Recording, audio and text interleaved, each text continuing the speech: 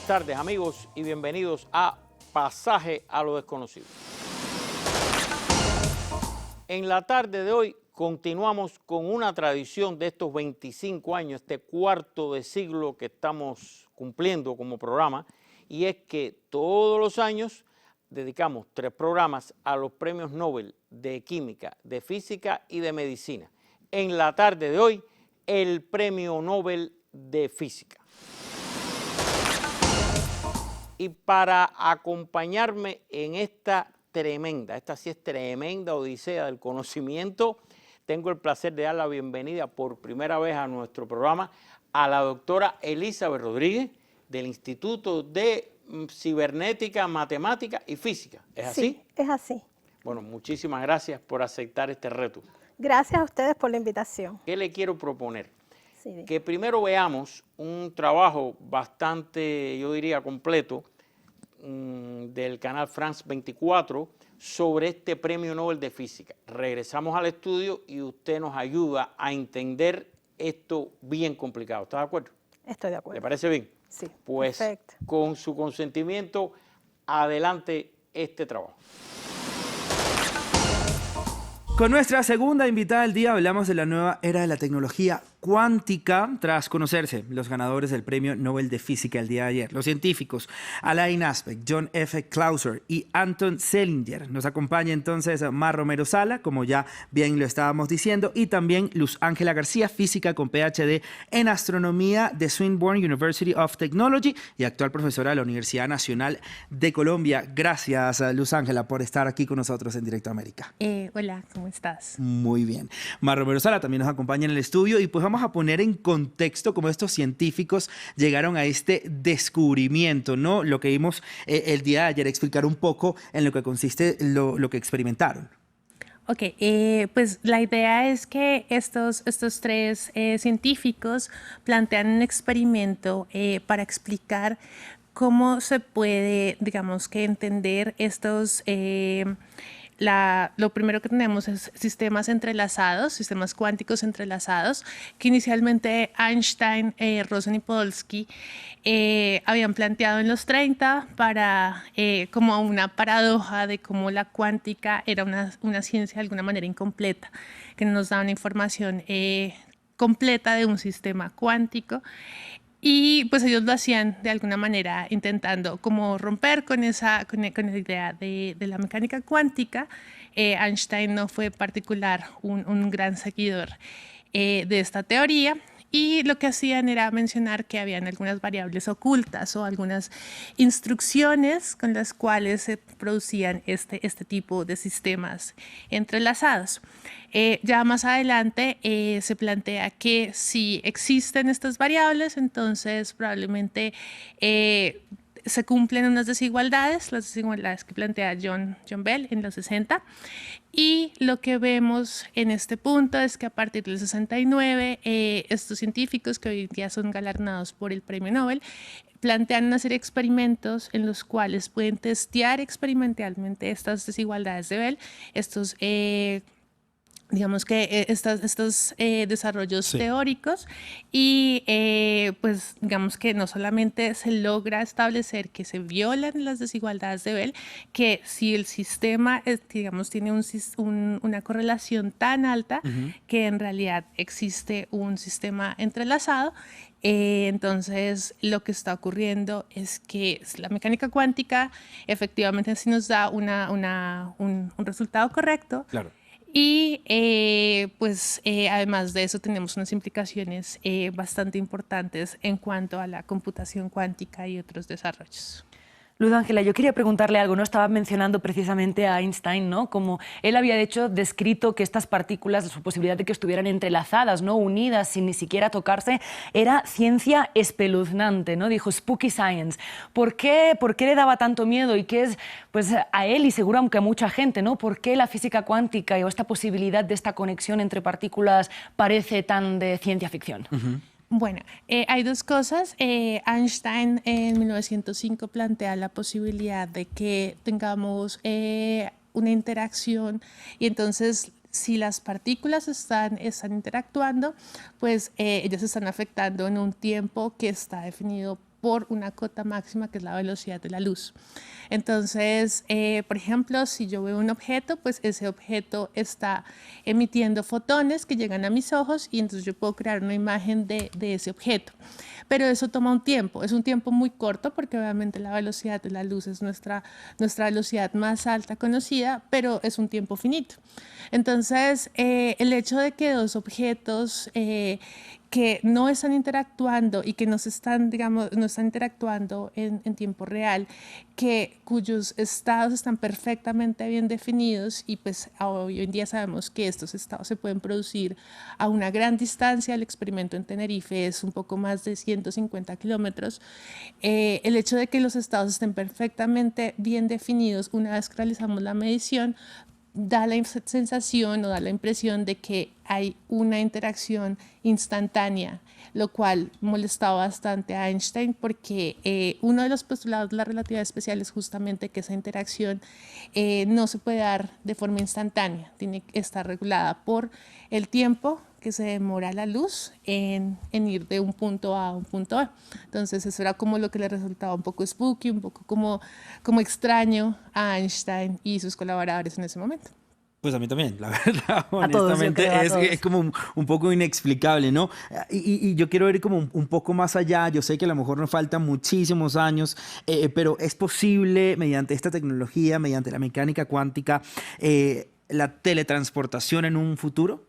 Bueno, aquí hay que decir que lo que logran estos científicos en realidad es teleportar los estados. Entonces, si yo tengo dos o más partículas que están entrelazadas, lo que puedo es transportar ese estado de un punto A a un punto B y una vez que se realice la medición, entonces yo voy a poder saber cuál es el estado de la otra partícula entrelazada, pero no es una transferencia en este momento de materia. Entonces, en ese sentido, digamos que la teletransportación no sería exactamente lo que se busca con ese tipo de tecnología, sino más poder transferir información o digamos que portar información aún sin que los sistemas estén interactuando digamos, localmente. Claro, una forma directa, digamos. Sí. Raúl ya quiere viajar teletransportándose lo antes posible. Bueno, Almorzar en avisemos a Madrid los y premios regresar a Nobel a Bogotá. ver si...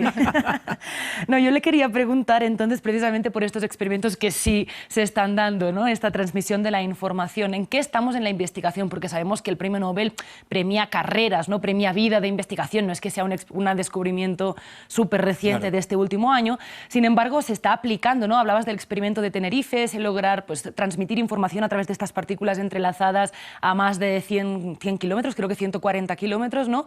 ¿Cuáles son los últimos avances que se están haciendo en información cuántica hoy en día? Bueno, estuve revisando ayer y parece ser que ya las empresas están construyendo. IBM ya tiene un computador cuántico con 120, 127 qubits o quantum bits. Entonces, esto nos permite ver que, uno, la carrera hacia la computación cuántica está avanzando rapidísimo.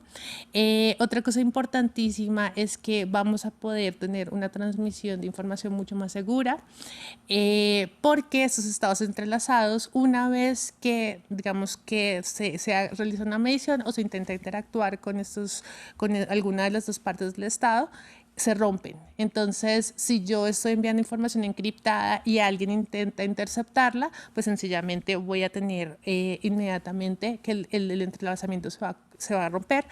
Y eso, por ejemplo, puede ser muy interesante si pensamos en transferencia de información para la banca, para todo tipo de sistemas donde tengamos que tener información encriptada.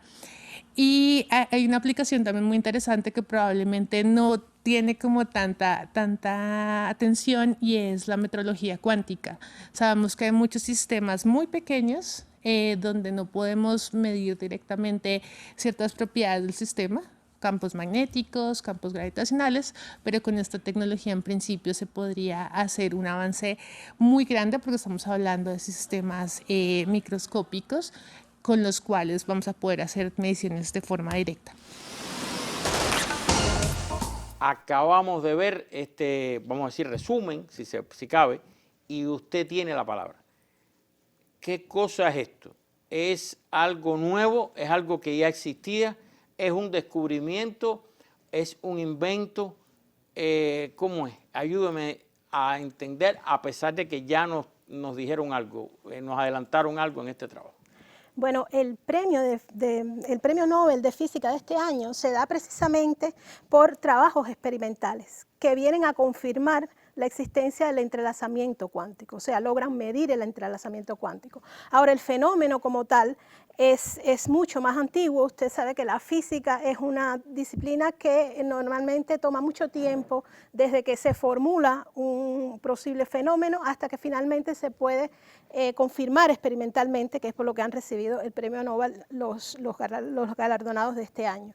En realidad, la historia comienza en 1935, como mencionaron en el material que vimos, con lo que se conoce como la paradoja de Einstein, Podolsky y Rosen, cuando ellos vieron que una de las predicciones de la mecánica cuántica era la existencia de este entrelazamiento cuántico, que no sé si lo entendieron de lo que se puso en el video, pero es algo así como que, por ejemplo, si usted y yo estamos entrelazados y hay una propiedad que se puede medir y somos sistemas cuánticos, pues a priori uno no puede saber cuando se realice la medición qué va a dar, qué resultado va a dar. Digamos, un ejemplo muy típico es que usted tenga una bola blanca y yo tengo una bola negra. Entonces, a priori no se puede saber si cuando usted abra la mano, la bola que usted va a tener es blanca o negra. Pero si estamos entrelazados y, digamos, se sabe que en el sistema una es blanca y otra es negra, una vez que usted abra la mano y se vea que la suya es negra, ya se va a saber que la mía es blanca, aunque estemos a muchos kilómetros de distancia, tantos kilómetros, por ejemplo, como se dijo en el material que acabamos de ver.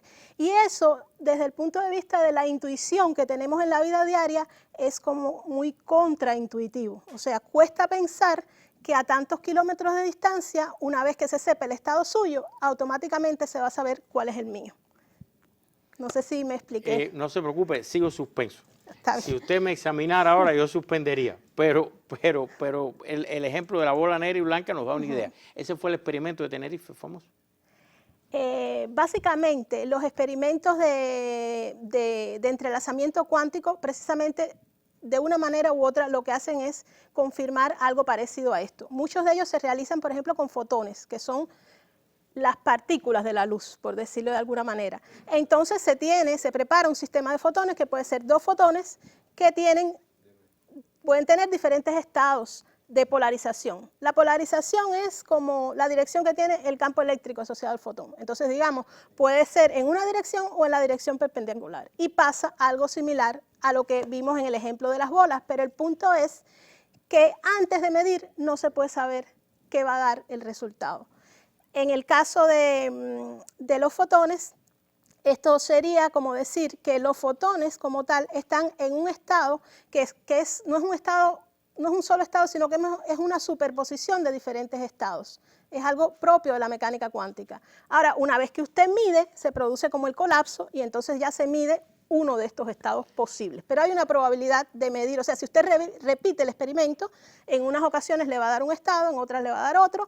En dependencia del número de estados, pues puede darle cualquiera de las mediciones posibles, de los resultados posibles. Doctora, continuando este intercambio, donde yo soy un alumno suspenso, fíjese, ya la primera prueba la suspendí. Últimamente hay varias noticias que hacen de nuevo referencia a Einstein. Creo que una fue algo de agujeros negros en astronomía, que creo que decían que le daba la razón a lo que él había dicho sin haberlo podido demostrar o algo así. Aunque fíjese, en este mismo programa, en ese mismo asiento que está usted, el doctor Oscar Álvarez, numerosas veces ha dicho que son cálculos matemáticos, cosas que no se han podido ver en el espacio, cosas así. Pero bueno, eso es lo primero. Ahora, ¿yo escuché bien o en este caso Einstein era opuesto a lo que ganó, a lo que ahora se descubrió que era el premio Nobel? ¿Fue así? Sí, en realidad Einstein no compartía la idea. O sea, estaba el cálculo de la mecánica cuántica y el cálculo predecía que existía este tipo de entrelazamiento. Pero también en la física muchas veces se hacen preguntas de tipo conceptual. O sea, este resultado que se predice es refleja algo intrínsecamente cierto en la mecánica cuántica o simplemente es el resultado de un cálculo, pero a lo mejor es que la mecánica cuántica está incompleta y hay lo que se mencionó de las variables ocultas, o sea, es una teoría que debe ser complementada con otras variables que no conocemos y por eso está dando ese resultado. Pero el resultado de los experimentos de los galardonados con el premio Nobel precisamente confirman que la mecánica cuántica está en lo cierto. Y en este caso, Einstein no tenía razón, pero fue el primero que, digamos, colocó este problema en la mira de los físicos y eso también tiene un mérito grandísimo. Óigame, qué trabajo, nada más que hay que ver su lenguaje extraverbal, qué trabajo le costó decir Einstein, para no decir que estaba equivocado, no estaba en lo cierto, le costó trabajo decirlo. Sí, me costó porque, por supuesto, Einstein es, digamos, yo diría que el físico más popular que existe, ¿no? Más conocido, y además hizo predicciones importantísimas y además en un periodo de tiempo relativamente corto. O sea, solamente haber formulado la teoría especial y de la relatividad especial y de la relatividad general es una obra monumental y que además recibió la confirmación que usted mencionaba casi 100 años después, la predicción de la existencia de agujeros negros, que inicialmente parecía que era simplemente una solución analítica de la teoría, se pudo ver, todos vimos la foto, entre comillas, del agujero. Aquí la pusimos. Todos pudimos ver la foto del agujero negro y... Mire, la estamos viendo ahora de nuevo, está en pantalla de nuevo la foto. Perfecto, es una foto preciosa y que abre además una época, yo pienso que dorada en toda la parte de la medición, de mediciones astrofísicas y cosmológicas, ¿verdad? Porque primero tuvimos la primera foto de agujeros negros, pero después han venido saliendo más mediciones de diferentes agujeros negros, de diferentes masas, y eso para nosotros es muy importante. Mire, si seguimos por ahí, hay que hacer 3 programas. Claro. Porque yo la quiero invitar a usted ya a que venga un programa sobre agujeros negros que vamos a hacer para ver cómo es eso de que uno se convierte en un espagueti. Ya. Que usted me lo explique bien, que si entra, ya vimos la foto que no existía, ya no se puede decir más que son cálculos matemáticos, ya está la foto. Bien, ahora, ¿cómo es eso de que entramos y no rigen ninguna ley de la física y que nos convertimos en un espagueti? Pero no ahora. Okay. Yo la voy a invitar a ese programa. Está bien. Hablando de este tema, de este premio Nobel hay 2 cosas de las que más se ha hablado. Una es la información. Sí. Computadoras, información, la velocidad, etc. Vamos a dejarla para el final. Yo quiero ahora entrar en el otro gran tema que se ha hablado, la famosa teletransportación. Usted no se ubica de qué le estamos hablando. Vean, imaginen cuántas veces usted ha visto esta escena de teletransportación en películas. Now, energize and detonate.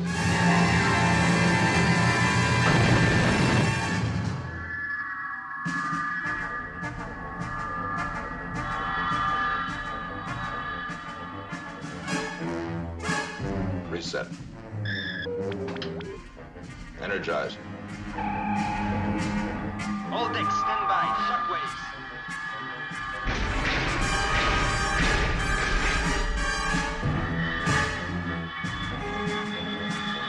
Do something. We are, Doctor. Cross-circuiting to A.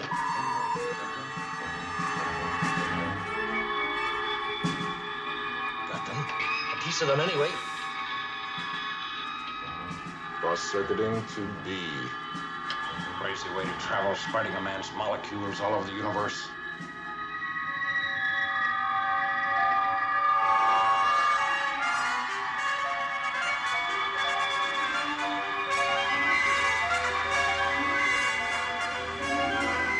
Bueno, acabamos de ver, esta es de la serie La Estrella Viajera de Star Trek, la teletransportación. ¿Cómo es esto? ¿Descubrieron ya que una partícula se teletransporta a otra, aunque sea a nivel de partícula?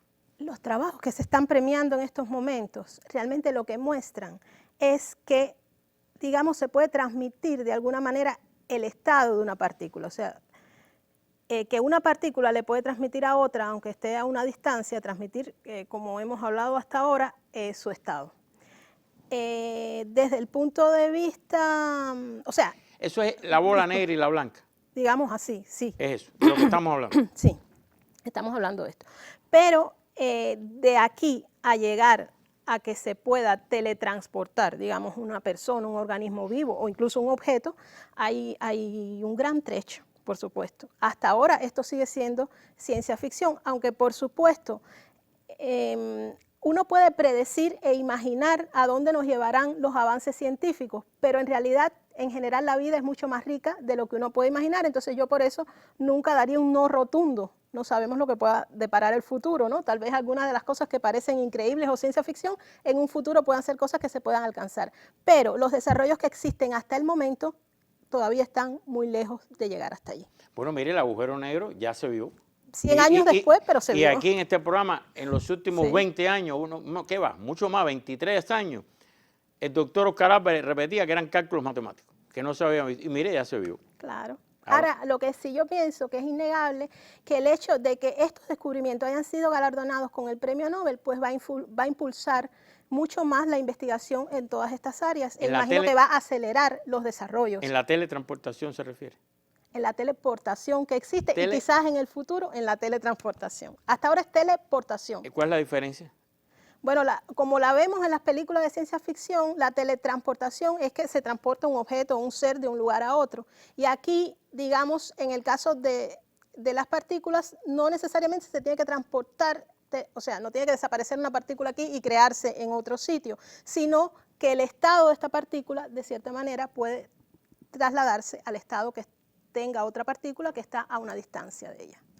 ¿Ya? Bueno, a mí se me parece, acá no sé, minúscula, ¿no? Pero se me parece. Sí, sí. Después al final le voy a preguntar del futuro, ¿qué usted cree? Está bien. Como hago yo siempre con los invitados en los premios Nobel.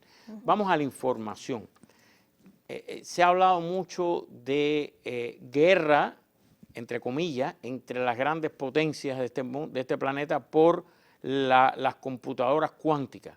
Se dice que es el futuro de la cibernética, de la computación, que la velocidad a la que transmitirían los datos, la capacidad que tendrían sería, lo que existe ahora sería, vaya, mínimo, insignificante al lado de lo que se espera. ¿Esto tiene que ver con este premio Nobel? Sí, por supuesto. Por ejemplo, las computadoras que usamos actualmente son producto precisamente de haber podido manipular y controlar los estados de los electrones. Y eso da pie a toda la electrónica y todos los objetos que usualmente usamos en nuestra vida diaria y que tienen en la base estos descubrimientos. Y ahora estamos viendo cómo se pueden manipular, controlar los estados cuánticos de las partículas. Entonces, por supuesto, esto debe tener una implicación en la computación cuántica, en la criptografía, y debe dar lugar a una revolución que podemos, como ya dije, imaginar, pero no podemos predecir hasta dónde nos llevará. Pero sí se predice que las computadoras cuánticas van a tener un poder muchísimo mayor que las computadoras analógicas que conocemos, ¿no? A ver, déjeme hacer una primera pregunta. Todo esto que usted está explicando aquí solamente se puede hacer en laboratorios de muy alto nivel de países desarrollados, ¿no? Eso es esta cosa cuántica, etcétera. O, por ejemplo, en un laboratorio de un país no desarrollado, subdesarrollado, también se puede hacer algo de esto. Hay laboratorios de países subdesarrollados o en vías de desarrollo, como acostumbra decirse actualmente, donde sí existen laboratorios que pueden hacer este tipo de trabajo. De hecho, por ejemplo, en 2018, cuando tuvimos el privilegio de recibir a Anton Zeilinger, uno de los galardonados aquí en La Habana. Perdón, ¿vino a Cuba? Sí, fue invitado por la Academia de Ciencias, estuvo en el instituto nuestro y también estuvo en la Universidad de La Habana y dictó una conferencia allá para buena parte de la comunidad científica, digamos, de física, de química, de matemática. ¿Y se habló de este tema, por lo que ganó el premio Nobel? Sí, sí, él habló precisamente del entrelazamiento cuántico y de la teleportación y de cómo este tema, de haber sido un tema científico con una comunidad muy pequeña cuando él era joven y empezaba su carrera, se ha ido convirtiendo en un tema que atrae no solo a las universidades, sino también es un tema que atrae el interés de la industria, vimos ahí de la banca, de diferentes sectores, precisamente por las implicaciones que puede tener. Pero en los inicios era una comunidad pequeña que se dedicaba a investigar en esto y que no se sabía bien a dónde podía llegar, o sea, si podía llegar a un buen término o no. Pero bueno, la vida les dio la razón. Le dio la razón. Sí. ¿Usted estuvo ahí? Sí, porque él nos visitó en el instituto y luego fuimos invitados a ir a la conferencia que dio en la Universidad de La Habana. O sea, sí, que lo estuve. conoció personalmente. Sí, sí. De hecho, tenemos algunas fotos por ahí de cuando Sí, ya las estuvimos estuvo. viendo. Sí, las sí. estuvimos poniendo en pantalla. Mientras usted hablaba, se iban poniendo en pantalla. Sí. Vamos a volver al tema de la información y la velocidad, porque en mi semi-ignorancia de todos estos temas, yo me quedé en que están probando ya la 6G, ¿no? Esto sería muy, muy superior a cualquier cosa de esto. De 5G, 6G. Sería superior porque precisamente una de las características que tiene el entrelazamiento cuántico es que, si volvemos al ejemplo de las bolas, que a mí me gusta porque es muy sencillo, en ese caso, si usted y yo estamos entrelazados, o las bolas que tenemos, y usted se hace la medición y se ve que usted tiene la bola negra, inmediatamente se hace la medición conmigo y va a salir que yo tengo la bola blanca. Aunque digamos, el intervalo de tiempo no tiene nada que ver con la velocidad de la luz. O sea, en ese sentido, y esto fue una de las cosas que motivó precisamente el rechazo, digamos, de Einstein o la duda, era que aparentemente la velocidad en este tipo de fenómenos se transmitía a una velocidad instantánea, o sea, una velocidad infinita. Entonces, no se sabe hasta qué velocidad puede haber de transmisión de datos. A partir de esto, en un sistema basado en el entrelazamiento cuántico, pues en principio instantáneamente la variación de un estado en un lugar debe provocar que varíe en el otro. ¿Es solo velocidad, gran cambio o volumen también de información? Bueno, habría que llevar, porque hasta ahora, por ejemplo, si se tiene un sistema que está entrelazado, digamos, dos partículas, es verdad que la medición de una determina la medición de la otra, pero hasta ahí no hay como tal transmisión de información. O sea, también habría que evolucionar todos estos temas hasta que lleguemos a transmisiones de grandes volúmenes de datos o algo así. Pero abre una puerta nueva que no conocíamos. Digamos. Este tipo de investigación es abierta, toda la comunidad científica tiene acceso, o aquí hay intereses de grandes potencias militares, cosas secretas que no se conocen. Yo creo que como en todos los aspectos del desarrollo científico puede haber aplicaciones que estén protegidas, que sean que las lleve a cabo la finanza y la industria y de momento y tarde, digamos, en abrirlas para el gran público, pero también está toda la investigación fundamental que se hace en las universidades, que se hace en los centros de investigación que son públicos y que está disponible para toda la comunidad científica internacional. De hecho, yo creo que cualquier físico motivado, incluso que trabaje en gravitación, podría, por ejemplo, investigar, y de hecho hay muchos que lo están haciendo, en la relación del entrelazamiento cuántico con, por ejemplo, la evaporación de los agujeros negros. Y esta es una investigación que está abierta, que se comparte. En cuanto las personas terminan su investigación, escriben la primera versión de su artículo, lo ponen en una base de datos que es libre y a la que todos tenemos acceso. Pero, por supuesto, hay aspectos que estarán, digamos, protegidos y que, por supuesto, los países que tienen mayor riqueza, que tienen más recursos, pues probablemente serán los que avanzarán más rápido ya en la parte de las aplicaciones prácticas de este tipo de descubrimientos. A mí me llamó la atención de lo que vimos al inicio, una parte de la intercepción de la comunicación. Se decía algo así como que usted se está comunicando conmigo y si alguien o algo, no sé si alguien o algo trata de interferir o interceptar esa comunicación, inmediatamente yo entendí como que se detendría, ¿no? ¿Qué hay con esto? Porque se destruye el estado entrelazado. O sea, una vez que se mide, ahí el sistema cuántico que podía tener varios estados, o sea, es la superposición de varios estados, se dice que colapsa hacia uno de los estados. Entonces ya ahí, digamos, la magia inicial que existía, digamos, de alguna manera se rompe, ¿no? Y por eso las comunicaciones basadas en este tipo de fenómenos deben ser más seguras que las que existen actualmente. Por eso Más segura. ¿Y usted no cree en este mundo que vivimos donde todo se ve, todo se lee, todo se oye, no hay nada que escape a la no privacidad de las grandes potencias con sus organismos especializados? ¿Usted no cree que si se va a crear un sistema que no se pueda interceptar, interferir, monitorear, se creará, igual que ocurrió con el dopaje en el deporte, un antídoto para evitar que sea inmune esa comunicación a la intercepción, a la escucha, al visionaje?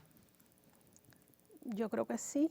Como todos los descubrimientos científicos, depende del uso que se le dé, de la aplicación que se le quiera dar, de las intenciones de las personas que lo están usando, depende el resultado final. O sea que, por ejemplo, que esas grandes agencias digan vamos a tener un sistema de altísima velocidad y total seguridad, que si yo trato de escuchar o de ver lo que la doctora está hablando con alguien, inmediatamente se corte la comunicación. No, eso no puede ser. Yo tengo que escucharlo, yo tengo que oírlo, ¿no?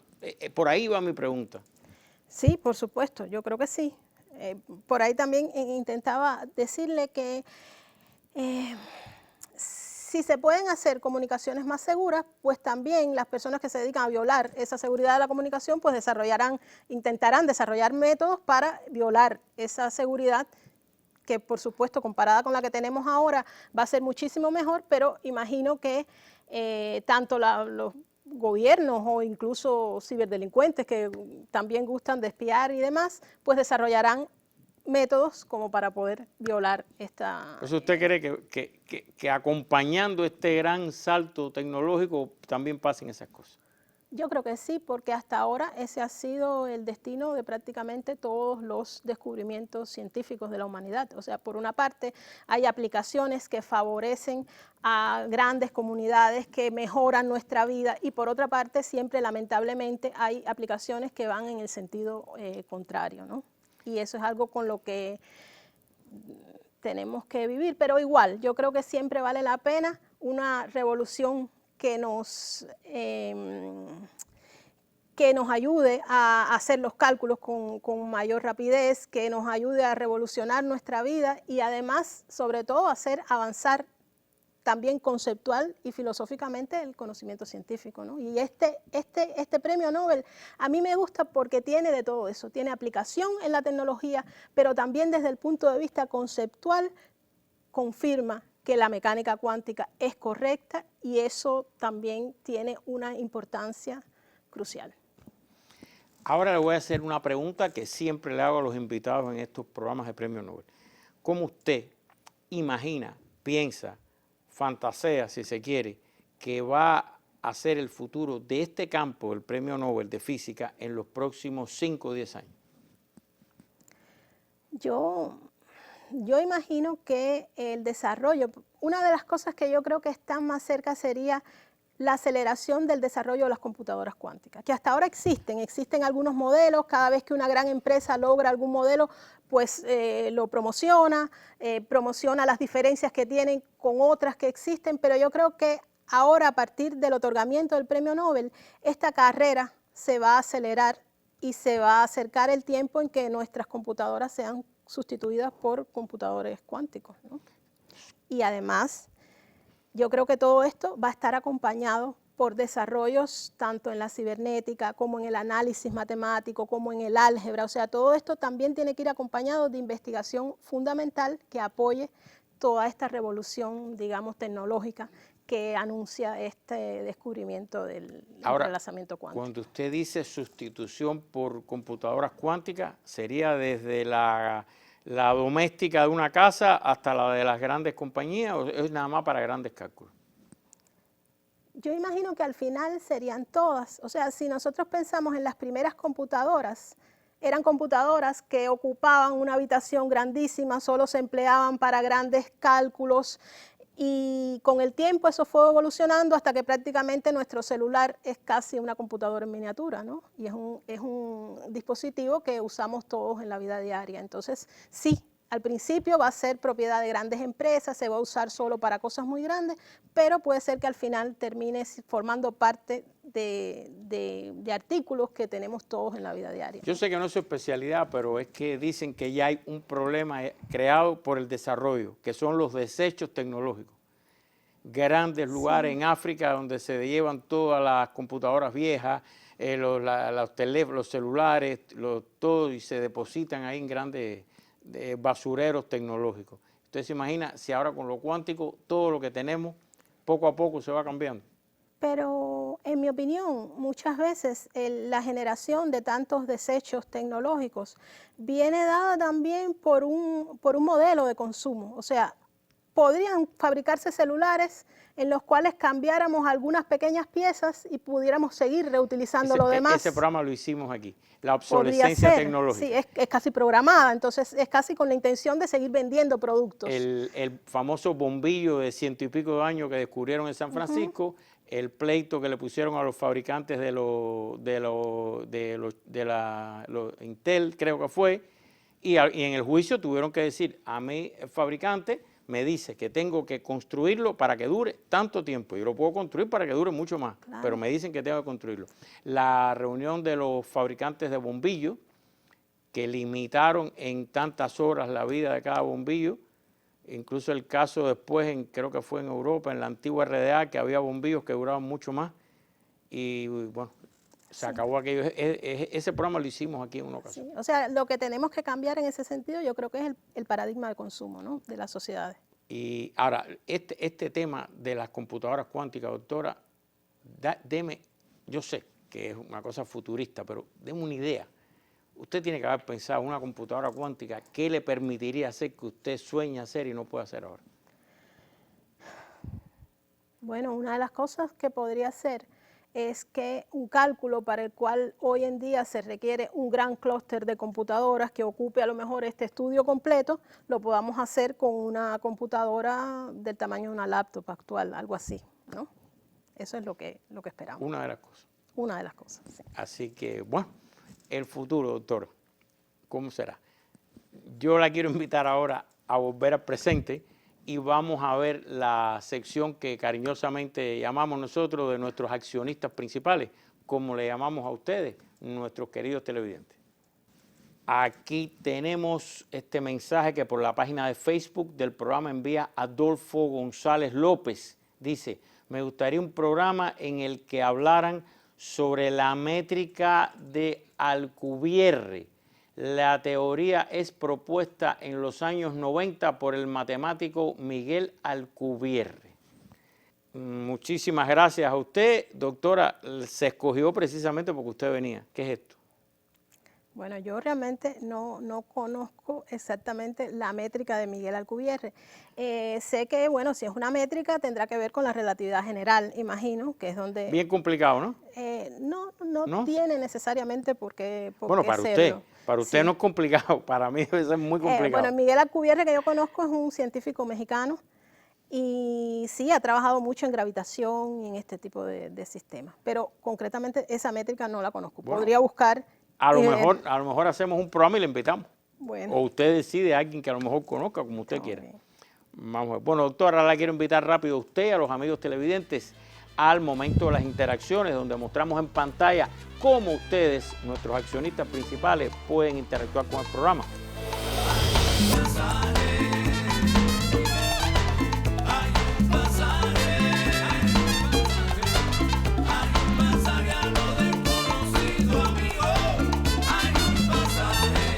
Como siempre, dejamos para el final el programa de Radio Rebelde. Doctora, la estoy invitando a usted y a los amigos televidentes el sábado 12:15 del mediodía por Radio Rebelde. Va a estar la doctora en vivo. Ustedes llaman, preguntas, comentarios. Así que, doctora, espero contar con usted para este bien interesante tema cuántico.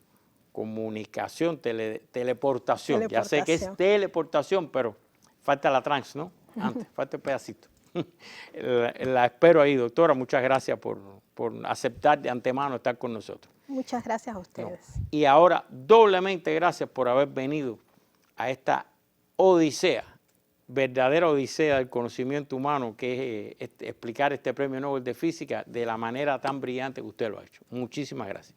Gracias a ustedes. Para mí es un placer poder acercar los temas que trabajamos y que algunas personas perciben como muy exóticos o muy complicados al gran público, ¿no? Eso es un mérito suyo. Aplausos prolongados para usted. Gracias. Muchísimas gracias, doctora. La espero el sábado. Ustedes también, amigos televidentes, y solo me resta, como cada semana, invitarlos a que esto sea solo un inicio para que usted lea, vea, escuche, busque, profundice, alimente su cerebro. ¿Para qué? Para que, como siempre les pido, al final saque usted sus propias conclusiones. Buenas tardes.